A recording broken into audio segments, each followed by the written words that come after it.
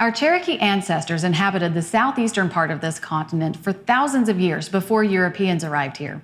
In this Cherokee Almanac, we learn about their life ways and how they were heavily rooted in the balance of nature and taking care of the world around us.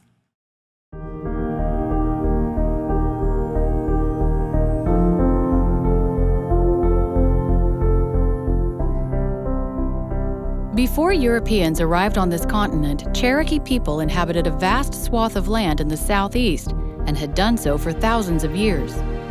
Nestled in the heart of this territory, the Ǩēṭuwa Mound is a sacred site. Some say it's the mother town and place of origin for all Cherokee people. If we talk about how long have Cherokee been here and sort of where are Cherokee from and where can we think about the beginnings of Cherokee culture, I mean, we can say that it's, in human terms, since time immemorial. Cherokee have always been here. And from a traditional Cherokee perspective, ǩēṭuwa is a place of emergence, and that's where Cherokee are from. If we think about it as an archaeological site, it's an occupation that goes back there thousands of years to the Archaic period. Ǩēṭuwa is a mother town, but there were hundreds of other town sites dotted across the southern Appalachian region. Lower towns, middle towns, out towns, valley towns, and overhill towns. Each one at the base of hills or mountains alongside a water source and centered around a council house. The council house was a place for the community to gather and make important decisions, and it was a place to hold ceremonies which Cherokees held and still hold today for many different occasions. Within that townhouse is a hearth, which contains a sacred fire, a fire that was kept burning year-round.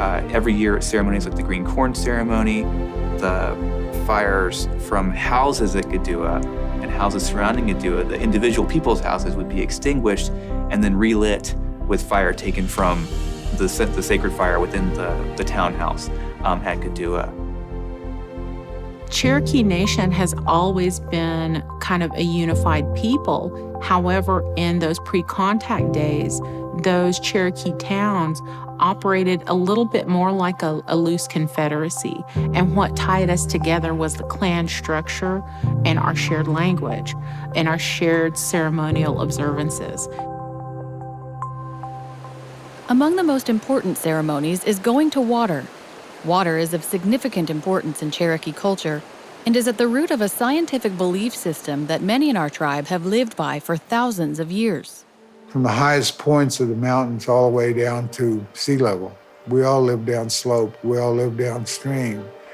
And that concept of proximity was evident in the way Cherokees looked at how they lived here in the mountains. And it starts with water. Without it, then things begin ceasing to exist. The understanding of how that works is essential in understanding how one has to live here. So water was of great importance. Every stream, every spring, every river, every branch, every form of running water that exists in the mountains was extremely important and was also considered sacred. With fresh water always nearby, Cherokee people developed and perfected our own types of agriculture. We foraged, grew, and hunted food, but were always guided by a commitment to the balance of nature. In fact, when Europeans first arrived in Cherokee territory, they recorded a pristine forest, untouched except by the hand of God.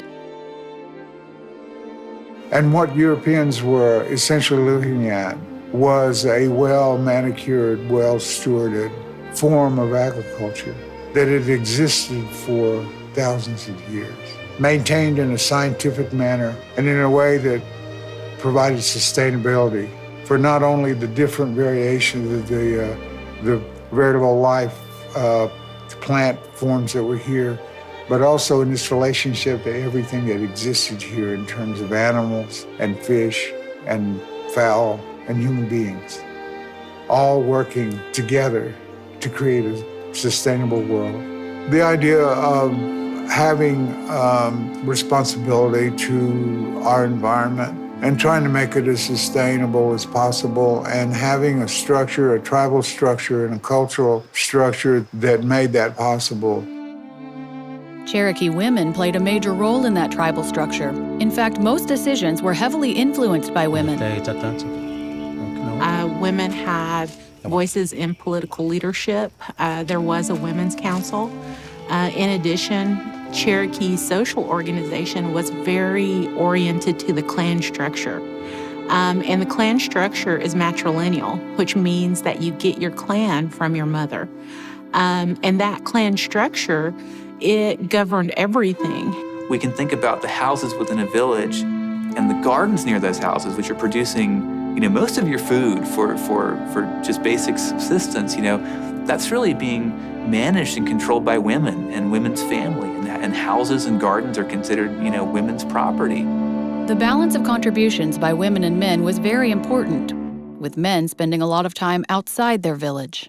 Men in their prime years doing things like, hunting, trading, maintaining border lines, maintaining communication with other villages. But as Europeans began to arrive in Cherokee territory with their opposing values about gender roles and land, everything about our tribe's way of life began to change.